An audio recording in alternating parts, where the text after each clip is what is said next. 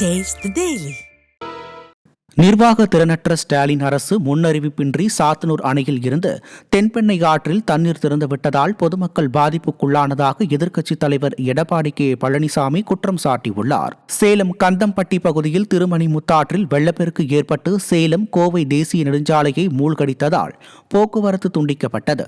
இந்த நிலையில் எதிர்க்கட்சித் தலைவர் எடப்பாடி கே பழனிசாமி பாதிக்கப்பட்ட இடங்களை களத்தில் இறங்கி பார்வையிட்டார். அப்போது சேலம் மாநகர் மாவட்ட கழக செயலாளர் வெங்கடாச்சலம் மற்றும் பகுதி கழக செயலாளர்கள் உடன் இருந்தனர். இதைத் தொடர்ந்து செய்தியாளர்களை சந்தித்த அவர் திருமணிமுத்தாற்றில் தூர்வாரி உரிய முறையில் முன்னெச்சரிக்கை நடவடிக்கை எடுத்திருந்தால் மக்கள் பாதிக்கப்பட்டு இருக்க மாட்டார்கள் என தெரிவித்தார்.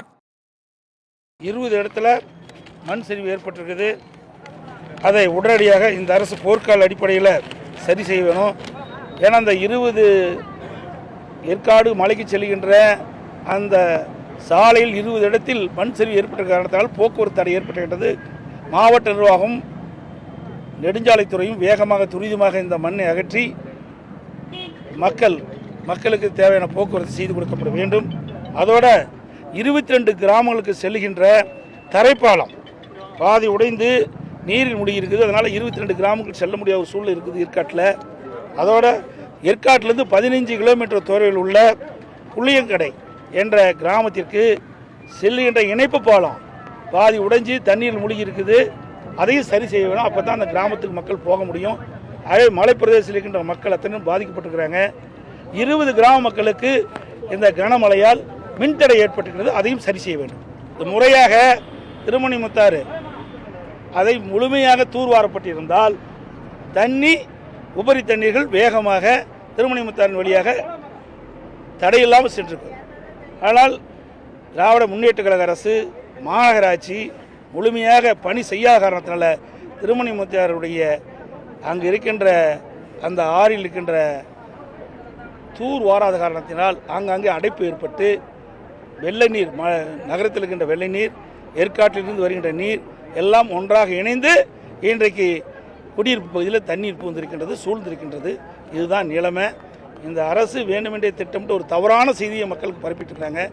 உரிய முறையிலே முன்னெச்சரிக்கை நடவடிக்கை எடுக்கப்பட்டிருந்தால் சேலம் மாநகரத்தில் அங்கே குடியிருப்பு பகுதியில் தண்ணீர் தேங்காமல் இருக்கும், மக்கள் பாதிக்கப்படாது இருப்பாங்க. சாத்தனூர் டேமில் திடீரென்று இரவு 2 மணிக்கு 1,68,000 கனஅடி தண்ணீரை தென்பெண்ணை ஆற்றில் திறந்து விட்டாங்க. எந்தவித முன்னறிவிப்பும் கிடையாது. தொலைக்காட்சி கொடுக்கல, பத்திரிகை கொடுக்கல, பொதுமக்களுக்கு அறிவிப்பு கொடுக்கல. அந்த தென்பெண்ணை ஆற்று ஓரத்தில் இருக்கின்ற அந்த மக்களுக்கு எவ்வித ஒரு முன்னறிவிப்பு கொடுக்காம திடீரென்று சாத்தனூர் அணையிலிருந்து 1,68,000 கனஅடி தென்பெண்ணை ஆற்றில் தண்ணீர் திறந்து விட்ட காரணத்தினால தென்பெண்ணை ஆற்றின் ஓரம் பகுதியில் இருக்கின்ற நூற்றுக்கணக்கான கிராமங்கள் அந்த குடியிருப்புகளை தண்ணீர் புகுந்து மக்கள் மிகுந்த சிரமத்துக்குள்ளாகிறாங்க. அதோட தென்பெண்ணை ஆற்று கரை உடைந்து அங்கே இருக்கிற விழுப்புரத்தில் இருக்கிற நகரத்தில் தண்ணி சூழ்ந்து காட்சியளிக்கிறது. கடலூர் நகரத்தில் தண்ணி சூழ்ந்துருக்குது. கடலூர் மாவட்டத்தில் ஒரு 20 கிராமங்களில் தண்ணி புகுந்திருக்குது. கள்ளக்குறிச்சி மாவட்டத்தில் தென்பெண்ணை ஆற்று ஓரம் கரையோரமாக இருந்த 100க்கும் மேற்பட்ட கிராமங்கள் வெள்ள நீர் சூழ்ந்திருக்குது. இதையெல்லாம் முன்னெச்சரிக்கை நடவடிக்கை எடுக்காத ஒரு திறமையற்ற முதலமைச்சர் தமிழகத்தை ஆண்டு கொண்டிருக்கிற காரணத்தில் இவ்வளவு இந்த மழையால் மக்கள் இவ்வளவு பாதிப்பு உள்ளாக இருக்கிறாங்க.